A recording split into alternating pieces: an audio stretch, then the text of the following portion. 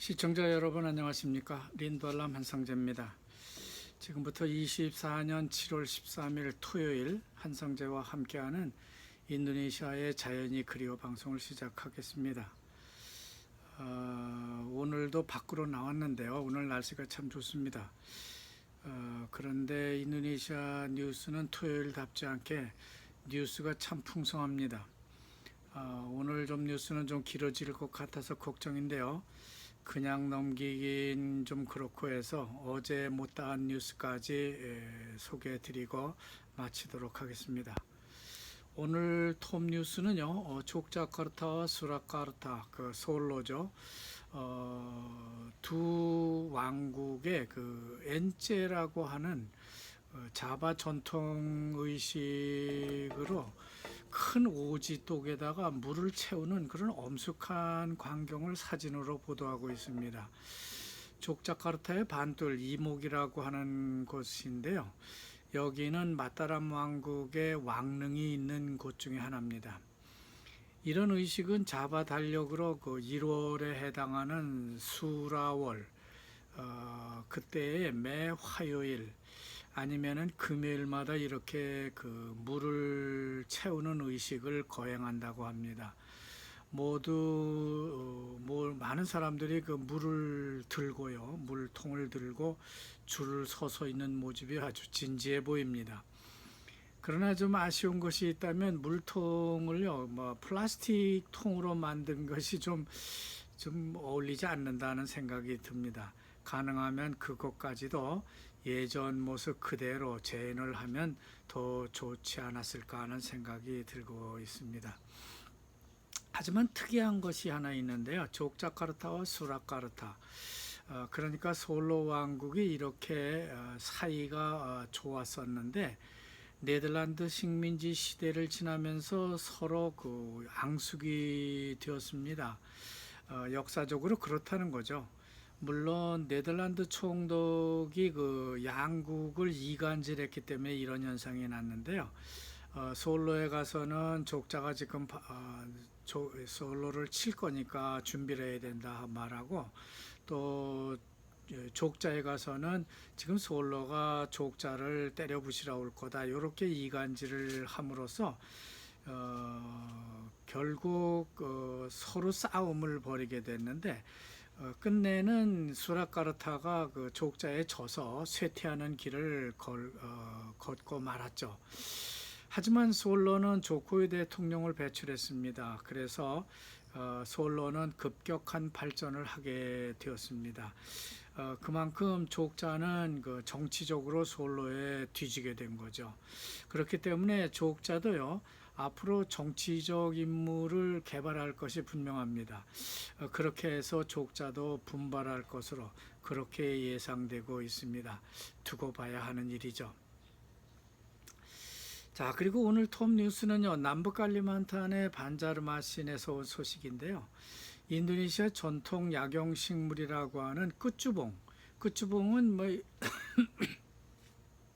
이 보석을 말하고 있는 건데, 그런 끝주봉이라고 하는 약용식물을 먹고요, 47명이나 되는 사람들이 지금 병원에서 치료를 받고 있다고 하는 겁니다. 이 식물은요, 환각작용을 하는 것으로 알려져 있는데요. 아마 이 사람들이요, 이걸로 뭔가 혼합을 해서 먹고는 환각 상태 혹은 취했다고 하는 것이죠. 그래서 기자도요, 마북이라는 표현을 쓰고 있습니다. 이걸 심하게 많이 먹은 것으로 의심되는 사람들은 2명이나 사망한 것으로 보도하고 있습니다. 그렇습니다. 인도네시아 약용식물도 과용을 하면 이런 현상이 날 수 있다고 하는 걸 보여주는 거죠. 하여간 얼마 전 뿐짝에서도요, 중동 사람들이 그 마약을 들여다가 재배를 해서 문제가 된 적이 있었습니다.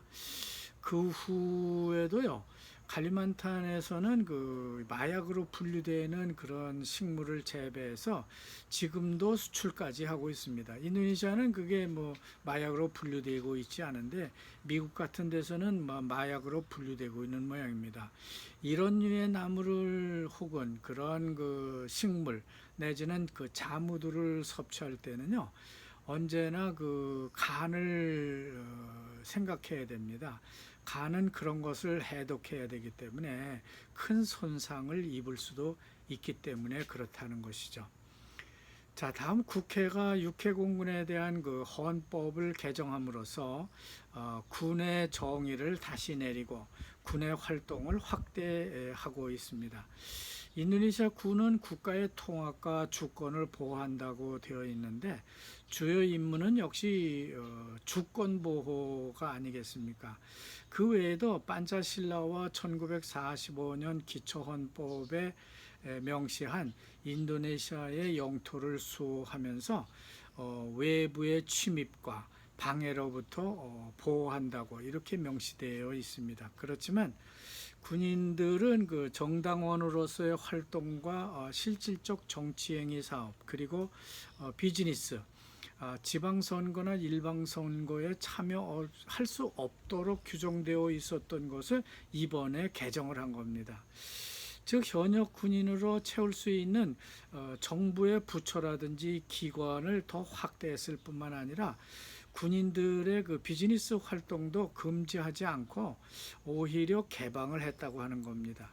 말하자면 군인도 비즈니스를 할 수 있도록 조치했다는 것이죠.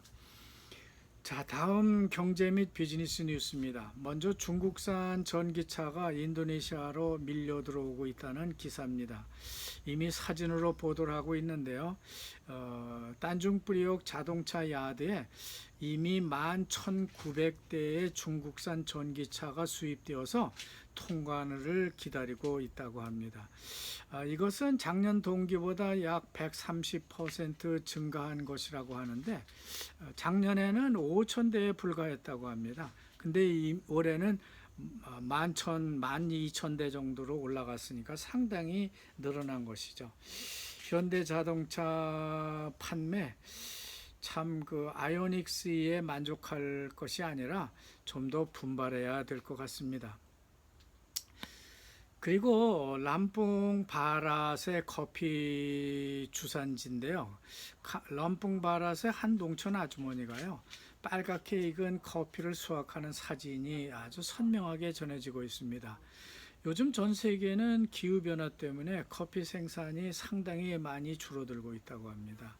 그래서 런던 커피 시장 가격이요 아주 높게 형성되고 있는 모양입니다.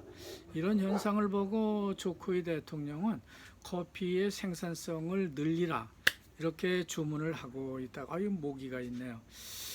그러나 생산성을 높이라고 해서 높여지는 것은 아니죠. 거기에 필요한 비료를 제때 줘야 하고 또 정부는 그걸 비료를 제때 공급을 해야 되는 일도 있고요. 병충해 방제도 제때 해야 하는 등 기본이 뒤따라야만 할 겁니다. 이걸 무시하고 그냥 값이 지금 좋으니까 커피를 더 많이 생산하라고 독려를 하게 된다면 앞뒤가 맞지 않는 그런 소리가 되는 것이죠. 하여간 람풍 바랏은요 온 산이 커피입니다. 근데 여기는 로부스타만 심고 있는 것이 특징이라고 할 수 있습니다. 제가 본 그 람풍 바랏은 아무래도 비료를 준다든지 산간에다가 도로를 내서 농민들이 비료를 싣고 다니기 쉽게 해줘야만 커피가 많이 생산될 것으로 생각됩니다. 그러니까 그런 어떤 주변 시설을 갖추지 않고 그냥 생산성만 높이라고 한다고 해서 생산성이 높아지지 않는다고 하는 것이죠. 인도네시아는 주로 로부스타와 아라비카 두 종류의 커피를 재배하고 있습니다. 로부스타는 병충해에 강해서요 생산성이 높은 반면에 쓴맛이 강합니다. 그러니까 인도네시아 저지대에 있는 커피는 거의가 다 아라비카 커피입니다. 그리고 로부스타 커피는 병충해에 강한데요. 그러니까 생산량이 많이 나죠. 또 쓴맛도 많이 나고요. 그렇지만 아라비카 커피는요, 병충해에 약하고 때문에 해발 600m 이상에서 재배하고 있습니다. 근데 해발 600m 이상으로 올라가면요, 햇빛이 그만큼 줄어듭니다. 그러니까 그만큼 생산성이 낮아져서 가격은 비싸게 됩니다. 자, 이 커피는 나중에 인도네시아 커피를 전반적으로 살펴보려면은 약 한 30분 내지 1시간이 필요합니다. 제가 다시 분석한 결과를 전해드릴 수 있는 기회가 있기를 바랍니다. 그리고 어제 시간이 없어서 그냥 넘어간 뉴스 중에서요, 수아라 크버나란 인질교회, 그러니까 크버나란 인질이라는 것은 선교입니다. 선교, 바른 선교 목소리 교회 목사이자 자카르타 아쿠멘의 신학교 교수인 그란트 닉손이라고 하는 분의 기고문을 소개하고 싶습니다. 제목은 종교 지도자의 성폭력의 함정이 되겠습니다. 그는 서문에서 나는 목회자이자 신학대 교수로서 젠더와 성폭력 문제를 다뤄왔기 때문에 왜 많은 종교 지도자들이 젠더라든지 성폭력 가해자가 될 수 있는지 이런 것을 이해할 수는 있다고 썼습니다. 왜 그렇게 되냐 하는 것이 문제인데요. 그거를 이분은 밝혀내고 있습니다. 종교 지도자로 임명된 도덕적인 사람들이 치명적인 유혹이라고 할 수 있는 돈, 그리고 어떤 권위, 그리고 여자를 피할 수는 없는 것 같다고 전제를 하고 있습니다. 그 중에서 왜 희생자의 대부분이요, 여자가 되는 것은 종교 지도자가 남자이기 때문에 그렇다고 주장합니다. 사람들은 흔히 아무리 종교 지도자라도요, 인간 본성이 유혹과 죄에 취약하기 때문에 진정으로 회개를 하지 않았거나 실수를 겪고 있는 것이라고 말하고 있지만은 그건 핑계에 지나지 않는 말이라고 주장합니다. 왜냐하면 이러한 일이 발생할 기회에 대한 가해자의 부주의 그리고 무지를 전제로 하기 때문에 그렇다는 것이죠. 실제로 성폭력 이야기를 들으면요, 가해자는 자신의 행동을 치밀하게 계획하고 결단력 있게 실행한 것으로 이해된다고 합니다. 그 이유에 대해서 그는 3가지로 요약을 하고 있습니다. 첫째 이유는 세상의 지식에는 귀를 기울이지 않는 종교의 그 특이한 경향을 들고 있습니다. 두 번째 이유는 인도네시아 종교기관에 대한 정부의 감독이 허술하기 때문에 그렇다는 것이죠. 세 번째 이유는 종교 지도자와 기관에 대한 과도한 사람들의 존경심이라고 주장하고 있습니다. 하여간 맹목적으로 보호만 하는 것이 아니라 감시하고 예방함으로써 무책임한 개인의 사악한 행동으로부터 순수해지고 그 가르침과 정책을 비판하는 그런 용기를 가지면 된다고 쓰고 있습니다. 그러니까 사람들이 깨어나라고 하는 것이죠. 이 글은 바로 기독교를 대상으로 쓴 것 같지만은 인도네시아의 모든 종교 지도자에게 보내는 그런 메시지 성격이 크기 때문에 제가 제고해 봤습니다. 다음은 노인들은 오래 사는 것만으로는 충분하지 않다는 그런 제목의 뉴스가 전해지고 있습니다. 인도네시아도 노인 인구가 크게 증가하고 있는데요. 건강하고 생산적인 노인 인구를 지원하려면 여전히 다양한 과제에 직면할 수밖에 없다고 하는 주장입니다. 통계청 자료에 의하면요, 인도네시아의 60세 이상 노인 인구는 전체 인구의 11.1%, 그러니까 약 3천만 명 이상이 되는 것으로 나타난다고 합니다. 이 수치는요, 2045년이 되면은 20% 정도가 되어서 6,580만 명, 그러니까 한 6,500만 명 정도가 될 것으로 추산을 하고 있습니다. 인도네시아는 10년 전 보면은 기대 수명이 68세였는데요. 8년 정도 병원 신세를 지고 사망한 것으로 되어 있습니다. 그렇지만 지금은 74세로 늘어나서 늘어나긴 했는데 11년간 병원 신세를 진다고 하니까 그게 그건 것 같습니다. 그렇기 때문에 지금 2%만 내는 보험 부담료로는 건강보험제도마저 이것을 지원하지 못하게 될 것이라고 그렇게 경고를 하고 있습니다. 저도 7학년이 넘었습니다. 지금은 그런 대로 움직일 수 있기 때문에 포도밭도 좀 하고 감나무도 기르고 있지만은 이런 일을 얼마나 더 할 수 있을 것인지 그런 걱정이 앞섭니다. 개인적인 노인 준비도 필요하겠지만은 정부 차원의 그런 노인들에 대한 준비도 필요하다는 말씀을 드리지 않을 수 없습니다. 자, 끝으로 인도네시아 정부가 팜농장 관리 기금에다가 다른 업무를 추가했다는 그런 뉴스입니다. 지금까지는 팜유 농장 관리 기금이니까 그것만 팜만 관리해 왔는데 여기에다가 코코아, 그러니까 초콜릿을 만드는 코코아와 야자, 코코넛 개발까지 여기에서 관장을 하게 된다고 합니다. 관장보다는 지원을 해주는 거겠죠. 그래서 이 지원 기금은요, 팜유와 코코아 그리고 코코넛 수출세에서 나올 것이기 때문에 팜 외에도 코코아, 코코넛까지 지원을 하게 된다 하는 얘기입니다.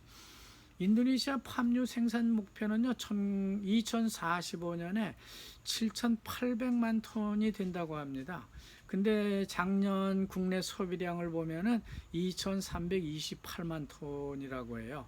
그러니까 전체 생산량의 42% 정도가 됐는데 올 2024년에는요 9.08% 증가한 2,540만 톤으로 그렇게 추정을 하고 있다고 합니다. 여기서 바이오 디젤은 1,160만 톤이 된다고 하니까 그렇게 큰 수치는 아닌 것 같습니다. 역시 농장관리기금은요 팜나무 재생 프로그램에 사용되게 되는데요. 지금은 헥타당 3천만 루피아를 준다고 해요. 근데 이것을 6천만 루피아로 더 올려준다고 하니까 농민들이요 커피 나무라든지 코코아 혹은 코코넛을 베어내고 여기다가 야자, 그러니까 클라파 사윗을 심는다고 하는 거죠. 그렇다 보니까 농민들이 커피나 코코아 같은 것은 거들떠보지도 않게 된다고 하는 거예요. 따라서 농장 관리 기금이요 팜유로 대체되지 않도록 잘 관리를 해야 될 것이다. 그런 것을 바라고 있습니다. 자, 여기까지 채우다 보니까 좀 뉴스가 길었습니다. 어쨌든 여기서 마치겠습니다. 여러분 대단히 감사합니다.